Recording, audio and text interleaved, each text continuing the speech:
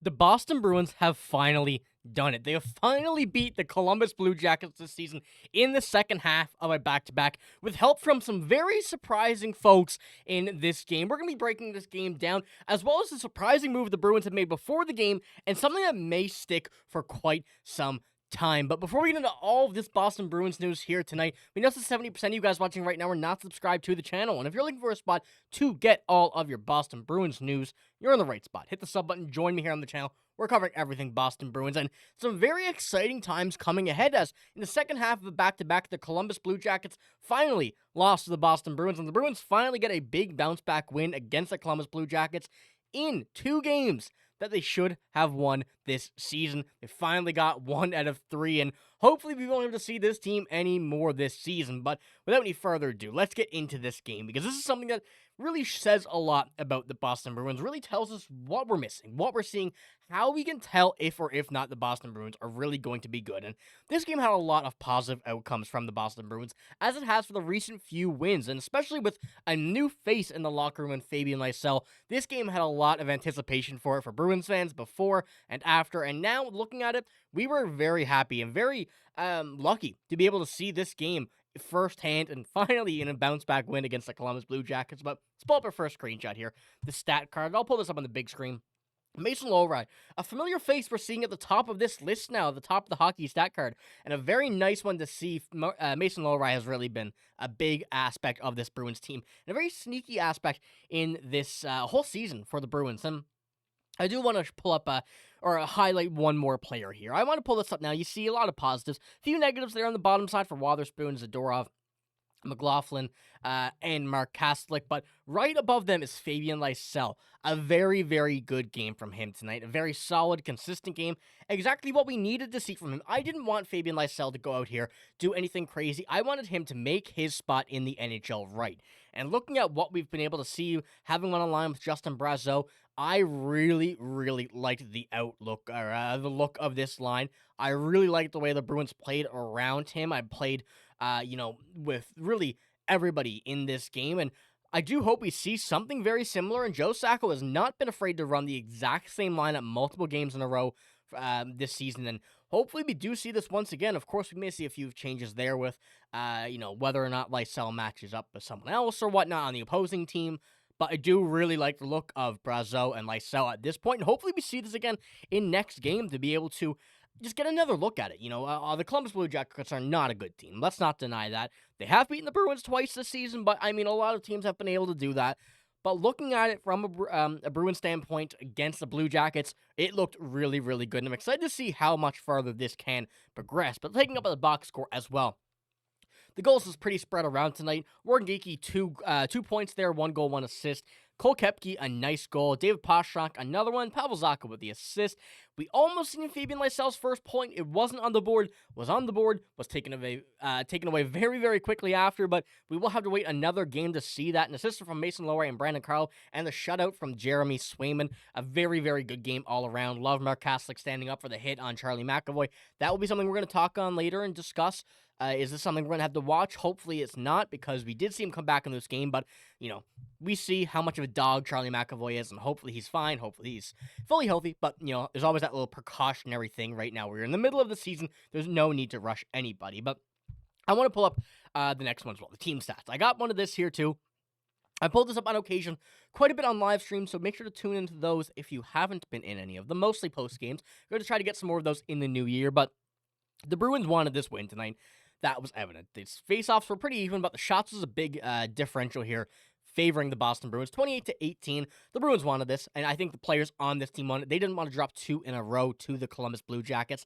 That really is not a good look, but it looked like the Bruins here tonight were going back to that winning mentality. And even though against the Blue Jackets last game wasn't good, your first game after the break, some players definitely are still hung up on that, Christmas dinner and whatnot, or holiday dinner, so we got to take that into consideration. But ultimately, the win tonight was just a really big bounce back, because we're going to have a very, very tough schedule coming forward. And I will pull up this here now, looking at it.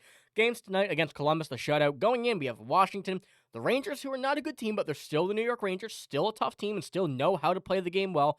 The Maple Leafs, the Islanders, Edmonton, Tampa, Florida, Tampa. A few tough games coming up here. A few games are going to want to win, mainly against the Maple Leafs, the Tampa Bay Rays. Rays. Oh my goodness, I do apologize. It's also I'm in that Christmas mode still, that holiday mode. The Tampa Bay Lightning, my apologies, and the Florida Panthers. A few teams there in the Atlantic Division they're going to want to beat if they want to be able to get up in the standings here quite a bit. But let's pull up the quote here that we had seen before.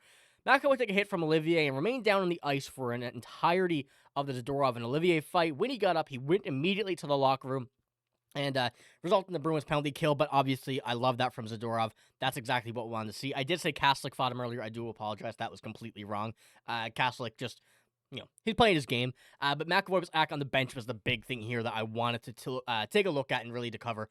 Because, as I mentioned, it really is a tough loss if someone like Charlie McAvoy goes down. If someone is like Charlie McAvoy is out long time, that's not a guy that you can just go out and replace from someone in the AHL, from someone who's scratched in the NHL roster. This is one thing the Bruins really have the hope is nothing serious. And since he did come back, that would be my assumption that it was just some bumps and bruises, some uncomfortableness, maybe the wind knocked out of him, whatever it was.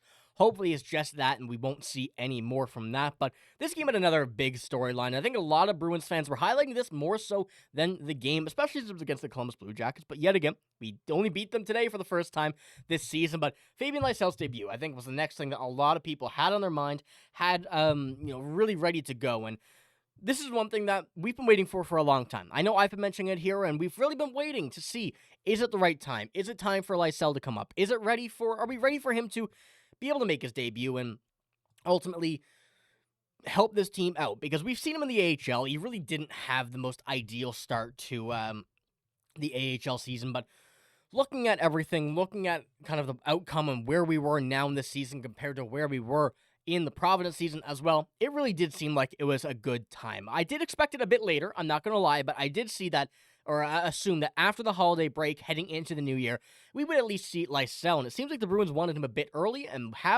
was that caused by the Columbus Blue Jackets' loss against last game, not tonight's game, but the game before, first one back?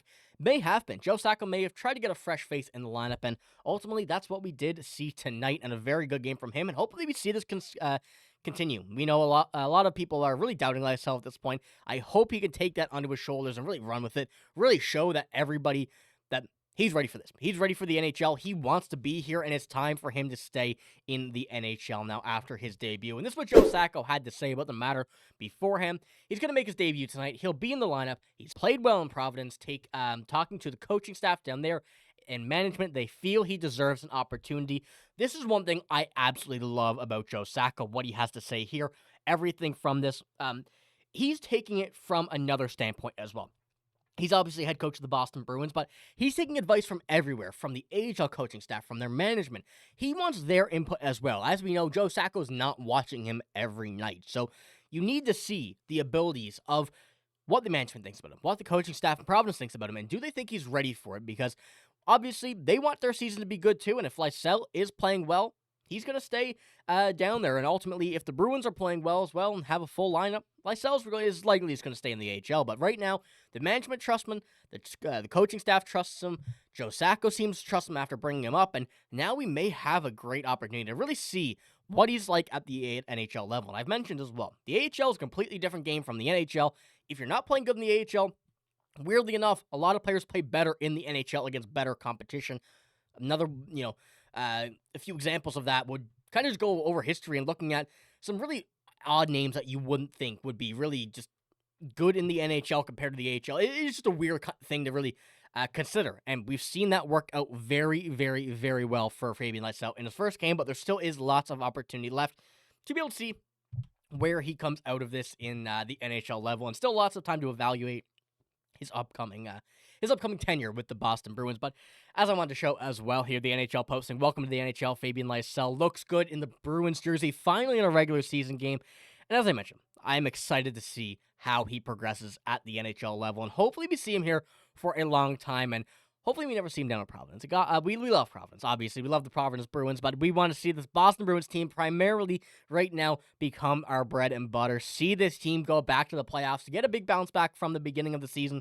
And I think really Lysell is going to be able to do that, but there's still lots of time to be able to take a look at this and break this down. So let me know what you think about Fabian Lysell's debut. What do you think about the game we had seen tonight, and how do you think we stack up against the upcoming matchups that the Boston Bruins have? Few tough ones, but there's going to be a lot of really big implications that these games will have on their playoff looks, even this early in the season. So let me know what you think about all of this news here in this video now, but that's all I got. If you did enjoy, give it a like, hit the sub button as well. I'm signing out. Thank you for watching. Hope you have a great day. See you later.